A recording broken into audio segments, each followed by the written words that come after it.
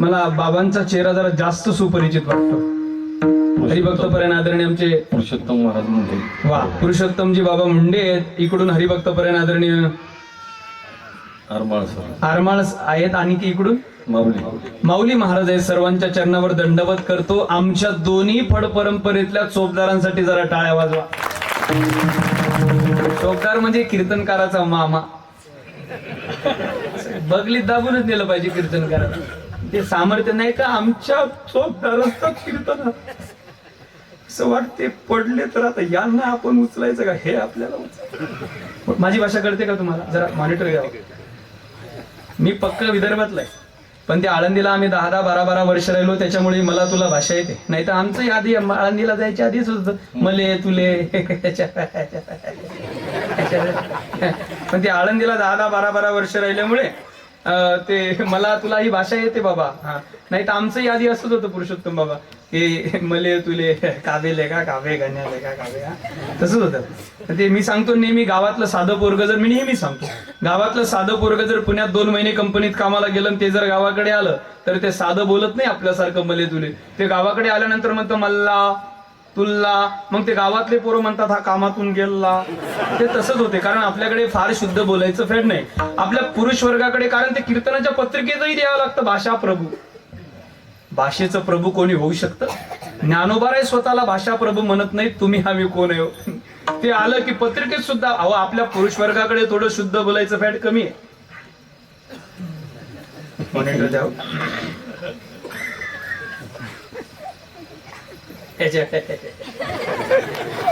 जुन्या म्हाताऱ्या स्त्रिया आपली भाषा सहज बोलायच्या.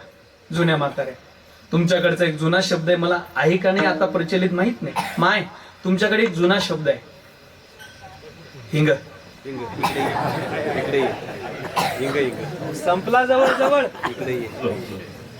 हिंग म्हणजे आणि आताची जर 12वी नापासवाली आली आणि मल्ला आणि मल्ला आणि मल्ला तिला जर म्हटलं हिंग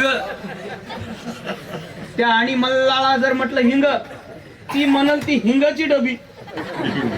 हिंग म्हणजे माय. हिंग म्हणजे ए माय रस प्यायला ये म्हणलं. हिंग म्हणजे हिंग. हा हिंग. हिंग म्हणजे इकडे. हिंग म्हणजे इकडे. जुने शब्द संपत. आताच्या पूर्वी काय बोलता तो 12वीचे पेपर 3 वेळेस देते पण तीच लग्न होऊन सासरला आली की तिचं बोलणं आहे का मला ना फार कामे आहे. मला ना फार काम. काय कामे आहेत तुला? तुम्ही स्पीकरच्या कोणीच मध्ये बसू नका. मला ना फार कामे आहेत म्हणजे काय कामे आहेत तुला?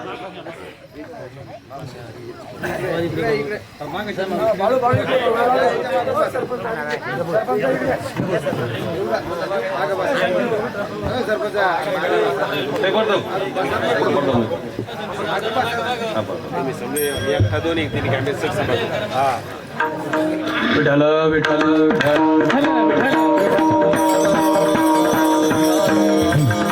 बोलायचं फेडायला पण तुमच्यासारखं बोलण्याचा प्रयत्न करतो. माफी करा जास्त वेळ दौडत नाही. तुम्ही कीर्तनाला आलेले देव, घरी जेवून झोपलेले ब्रह्मदेव आणि ज्यांचा कीर्तनाचा संबंध येत नाही पण फक्त काल्याच्या कीर्तनाच्या दिवशी येतो ते इंद्रदेव.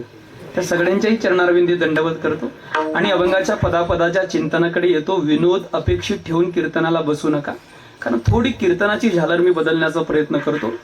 अगदी तुम्हाला कळेल या पद्धतीमध्ये अभंगाचा भाव तुमच्या समोर ठेवण्याचा प्रयत्न करतो. इकू नका देऊ आता तो बाहेरचा ते वेगळंच झालं आता फक्त मॉनिटर.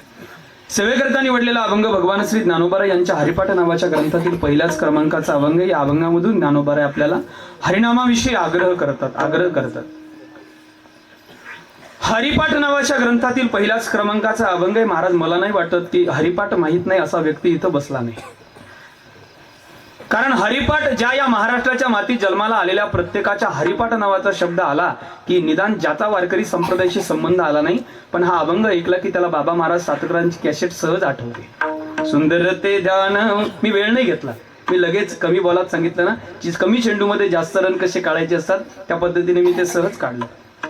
हरिपाठ माहित नाही असा व्यक्ती इथं महाराष्ट्रात जन्माला आला नाही पण जो म्हणून मराठी माणूस म्हणून महाराष्ट्रात जन्माला आला तो जर या मराठी मातीत जन्माला आलेला असेल तर निदान हरिपाठ नावाचा ग्रंथ त्याला माहित असावा. नसेल तर निदान एवढा अभंग तरी त्याला माहित असेल. आणि हेही माहित झाला नसेल त्याने घरी जायचं, चाळणीत पाणी घ्यायचं, पुढचं बोलूच का, सगळंच बोलावं लागतं असं नसतं ना.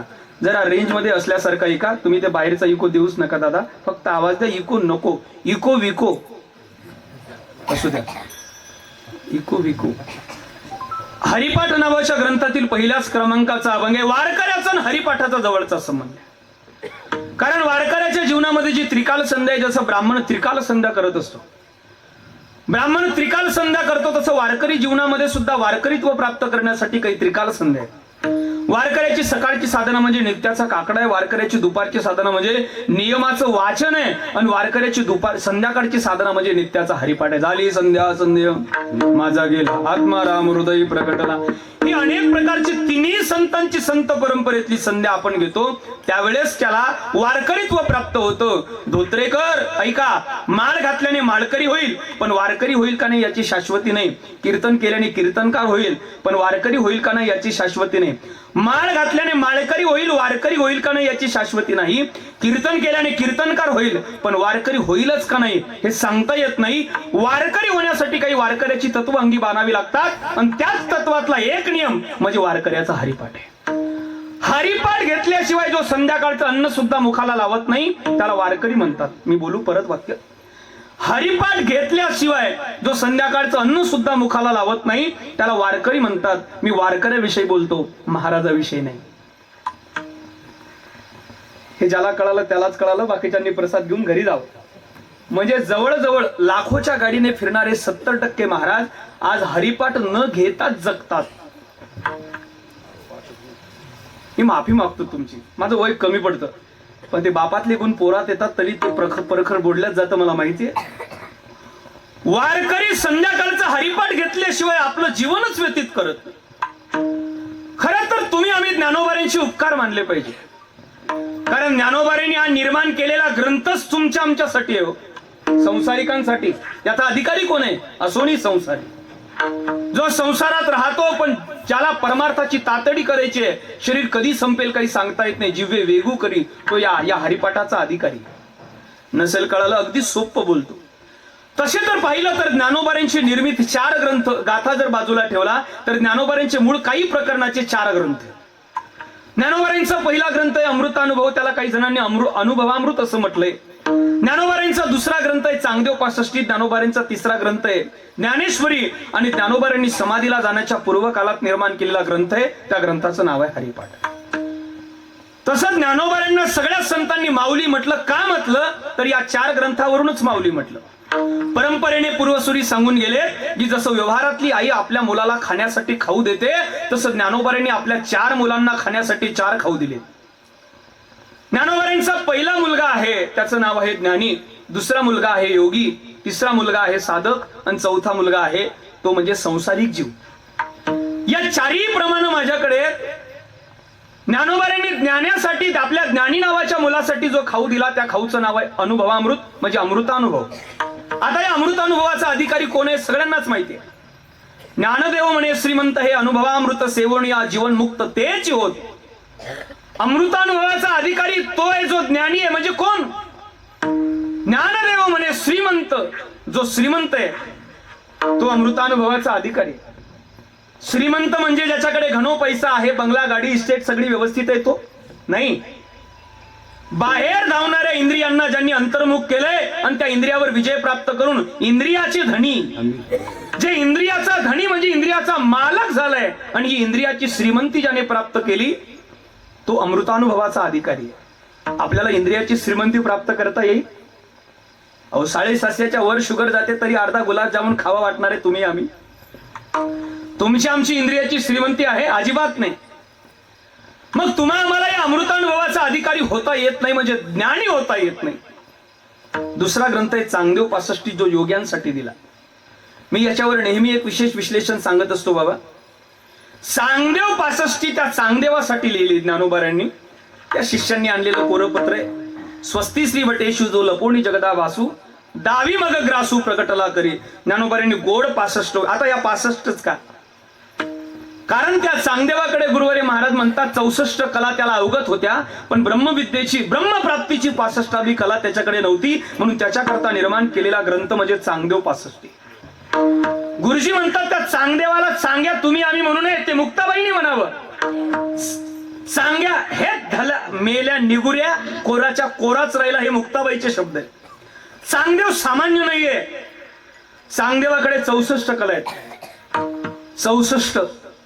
एक कला प्राप्त करायची असली तर संपूर्ण जीवन निघून जातं, पण कला परिपूर्णपणे प्राप्त करता येत नाही.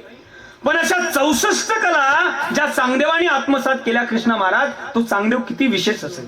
साधारण कला आहे गीत नावाची पहिली कला. गीत म्हणजे गायन. आता त्या गायनात अनेक प्रकार आहेत. त्यातलं विलंबित गायन आहे. आता विलंबित गायन बाजाराच्या दिवशी काही शेवटच्या गाडीत येणारे लोक करतात.